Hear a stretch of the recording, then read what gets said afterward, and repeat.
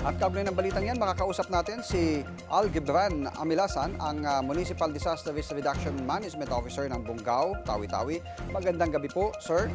Welcome sa Politico Nightly. Okay, sir. Good evening, Sir Dex. Sir, kumusta na po ang kalagayan ng ating mga kababayan na nasunugan dyan sa Bungaw? As of now, sir, nasa evacuation sites po sila. Kanina lang po, nagbigay po tayo ng mga hot meals para sa gabing ito. So yung itong naiulat na mga nasugatan, karamihan mga responders at walang mga residente naman na nasaktan? As per data, sir, yes, yung mga responders natin na tumulong, lalo na yung mga volunteer groups na nagkulang sa PP, so nasugatan during the response. Pero hindi naman siya masabi natin na severe. Yung mga minor injuries like gas-gas, mga ganun. Oo. First time ba na mangyari dyan, sir, itong malaking sunog ng mga kabahayan na yan ay dikit-dikit? Hindi, sir. Bale, recently, I think it was year September 7 of 2023. Isang barangay din. Same rin ang kwan. Same rin yung kalabasan. Malakas yung hangin, low tide. And then madaming bahay ang nasunog that time. May official na bilang na po ba tayo ng mga pamilya na nasa evacuation center sa ngayon? So, dyan po, sir, yung medyo na nagiging strict po kami kasi as of now, hindi pa namin kayo mabigyan ng good numbers kasi yung mga kwan natin, influx of evacuees, dahan-dahan sila pupunta sa evacuation sites natin. Pero itong mga bahay na nasunog, sir, tama, ano?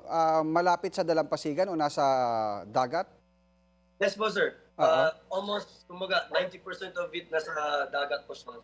Still houses. Kasi ganyan yung karamihang struktura ng mga kabahayan dyan sa atin, sa Tawi-Tawi. Yung mga kabahayan ay nakatayo mismo sa dagat. Kapag mag-high tide, inaabot sila ng tubig. Tama po? Yes po, yes po, yes po. Oo. So far, sir, may mga ano na ba? May mga nagpaabot na ng tulong or ang munisipyo mismo ang nagbibigay ng mga ayuda dito sa ating mga kababayan na nasunugan? So in terms of tulong naman, sir, ang kagandahan naman dito is meron tayong parang interagency na relief operation. So meaning each offices meron silang kumaga mga techniques nila on how to send their assistance. Like for example, sa 5 evacuation sites po natin, yung 2 hawak po ni munisipyo. Yung the other 2 is hawak ni provincial government of Tawi-Tawi. Well, yung bago, yung latest na kakatayo dyan sa may Barangay Tubigbo, ang umahawak dyan po ay si MSSD, Ministry of Social Services and Development. Oo. Itong mga evacuation center ba natin, sir, ay mga eskwelahan? Bale, yung sa sir, yung sa MSU, 2 evacuation site yun. So, that would be the school. Yung 3, yung isa, it's a port. Okay. Yung isa, quarantine area noon, nung dating COVID. And then yung isa is a basketball court. Oo. Kompleto naman dun sa mga kagamitan mula galing sa DSWD, yung mga tent na pang-family? Okay, so as of regarding sa tulong, sir, ng mga offices, yung first na nagbigay, obviously, yung munisipyo, yung probinsya, then next is yung MSSD. Sila, almost sa kanila siguro yung pinaka madaming kits na nakuha, like hygiene kits, sleeping kits, yung Ministry of Social Service and Development. So aside from that, si Office of Civil Defense of last night, nagbigay rin po sila ng mga kits nila, family packs, yung personal hygiene kits, and etc. Yung nabanggit nyo na mga evacuees dyan sa, ano ba ito, Fishport or port area? Void port, sir. Parang it's a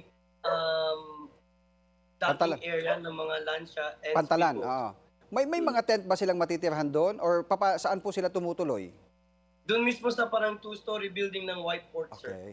So may ano doon, may evacuation center. Question, sir, we declared it as evacuation site kasi temporary siya. Pero yung gusali na ito ay It's a parang port, public port. public port, oo. Yes. Siguro kailangan natin yung tulong ng yung mga tent ng DSWD na ginagamit karamihan sa mga ibang lugar kapag may mga ganyang mga kalamidad. Yung sa sir, yung sa MSU, both for Amir Bahar Gym and yung covered court ng Integrated Lab School, nagpa-deploy kami ng modular tents dyan. Okay. Modular tents ng munisipyo. While yung sa Tubigbo, covered court, ang modular tents coming from MSSD. Mhm. May Yes. mga ano ba sir, may mga posibilidad ba na pagdedeklara ng state of calamity sa nakikita kong mga larawan dito na sa atin mukhang ang lawak Oo. nitong area talaga. Isang barangay ba yan sir yung nasunog? Regarding naman sir, pagdeklara ng state of calamity, actually, yesterday, February 4, nagkaroon po ng emergency meeting yung Municipal DRM Council. Mhm. Ni-add namin yung mga factors, yung mga statuses, na-decide na rin ng council na magdeklara ng state of calamity. Kasi though isa lang yung barangay ang affected, pero yung barangays na tumulong is yung mga neighboring barangays niya. Kasi Mhm. yung doon sa Lamyon, wala kasi siyang evacuation site, wala rin siyang school. So, Okay. kailangan pa niyang mag-travel ng another barangay just to suffice yung sa relief. Oo. So, mm. Yung barangay ba sir, yung barangay hall ba diyan sa area ng nasunugan hindi naman naapektuhan? Hindi naman siya, Okay. buti naman hindi umabot. As of now, Mm. sir, siya yung pinaka-busy na office ngayon. Kasi with all the data gathering, yung pag-profiling ng mga evacuees natin, that's Mhm. all. Kumusta po ang sitwasyon ng panahon diyan ngayon sa Bungaw, Tawi-Tawi?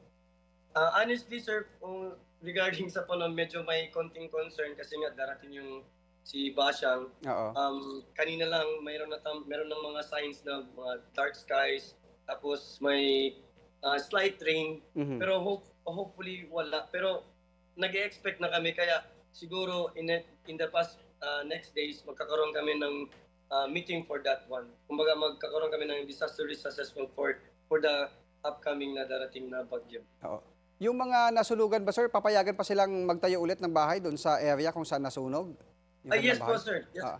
yes po sir. Bale, ang plano kasi ng municipal sir is para maging easy yung pagpatayo ulit ng bahay nila, uunahin namin i-construct yung footbridges. Mhm. So, unahin namin yung footbridges, it would act as the lifeline. Once may established na yun siya, patayo na sila agad ng bahay. Oh, yung mga materials, may itutulong ba ang gobyerno para sa ating mga kabayan para pagtatayo ng kanilang bahay?